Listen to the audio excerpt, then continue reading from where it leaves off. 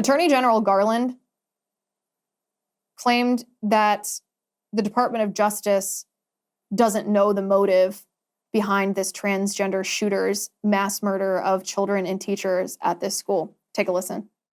Do you plan on opening a hate crime investigation for the targeting of Christians? The FBI and ATF are both on the scene working with the local police. As of now, motive hasn't been identified, and the police chief said at his last press conference that they don't yet have reached a conclusion with respect to motive. We are certainly working full-time with them to try and determine what the motive is, and of course, motive is what determines whether it's a hate crime or not. Merrick Garland's Department of Justice oversees the FBI, which they did label Catholics, they just thought we wouldn't see it. They labeled Catholics, traditional Latin Mass Catholics, as potential domestic terrorists. And yet, when 6 Christians are murdered in an obvious act of anti-Christian bigotry and hatred, Merrick Garland can't bring himself to label it as a hate crime. It tells you all you need to know about the Department of Justice and the Biden administration. The manifesto of this shooter exists. The police chief has referred to this manifesto multiple times and said that there's very clear indication of what motivated this killer in this manifesto. And yet we haven't seen this manifesto. But here's the thing. We know what's in this manifesto. We know what's in this manifesto, and so do the LGBTQIA+ activists. Because if they didn't think what's in the manifesto is what's in the manifesto, they wouldn't be reacting by how they're reacting. So transgender activist groups are now calling on the Nashville police not to release the manifesto of the shooter to the public. And this is how Newsweek reported it. This is their headline. They say, LGBTQ+ groups told Newsweek that publishing the manifesto from the perpetrator of Monday's school shooting could have, quote, serious consequences. Nashville police said it won't make the manifesto public during a, quote, open investigation. The Nashville police did a remarkable job of responding very quickly to this shooting. It was less than 15 minutes from the first call to 911 until the police had shot the shooter dead. That's amazing. That's a very short amount of time to respond and to neutralize a threat. It's also a very long time for bad things to happen. And it should remind us not just to praise these brave men and women who deserve praise. If you saw the body cam footage, you saw them go into the school not knowing where an active shooter who was murdering people was. They risked their lives, and they did it without second thought. It's a stark contrast, I think, to the video footage that we saw after Uvalde, when all of these cowardly police officers congregated outside and no one went in and saved the children.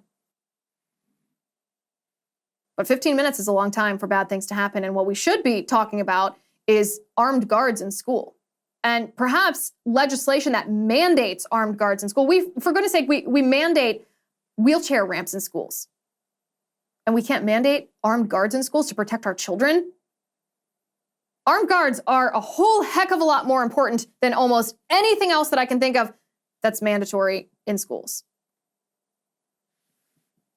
But Nashville police, as good of a job as they did responding to this shooting in the moment, seem to forget that they don't hold special privilege. They're not different than we are. They don't get to be the gatekeeper of information. When we, the American people,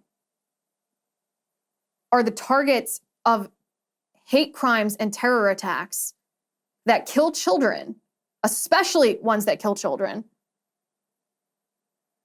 we deserve to know the motive behind that attack. We deserve to know all of the information about the evil person that perpetrated that massacre. The police don't have some special status where they get to decide whether we can see the information, whether it's okay for us to view it. Well, it's okay for them. They work for us. And they must release this manifesto. The reason these radical transgender groups don't want this manifesto released is because they know what's inside it. They know that it's anti-Christian bigotry, begot of queer theory, fueled by hormone therapy. It's going to be laid out plain as day. And the reason that transgender activists don't want people to know that is because they know this isn't an isolated incident. This wasn't a random freak lunatic.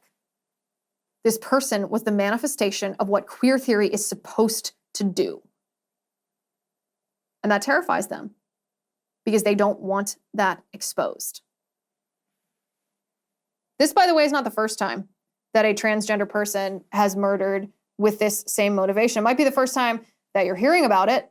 It certainly would be the first time that a mainstream media organization has been forced to highlight this in any way, shape, or form. And they didn't mean to highlight it, but they got caught in their own trap because they originally reported that the shooter was a woman, which she is, it's a biological woman. But then when they realized that this woman identified as transgender and identified with he, him pronouns, they had to correct themselves. They had to confess the sin of misgendering, which required them to identify this person as transgender. Otherwise, I question whether you would have even been told by those media outlets that this individual was a transgender individual fueled by anti-Christian bigotry and queer theory and transgender hormone therapy.